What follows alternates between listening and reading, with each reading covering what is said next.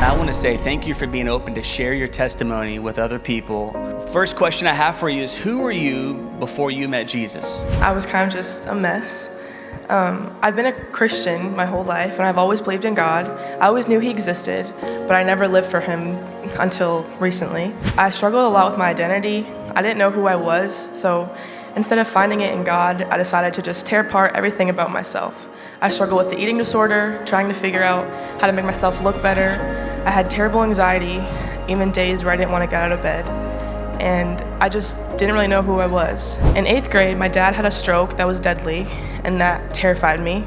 I thought my whole life was gonna end, and I had depression, I was angry, I was confused, and I was just hurt. Yeah, I was just a mess. I just didn't know who I was. Wow.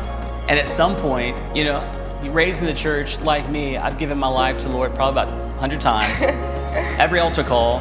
Was there a deciding moment when you did that, or do you remember, or what happened? I don't know the exact day or anything, but when we came here in February after my dad's last stroke, his 3rd stroke, and I was still angry at God. Why would He do this?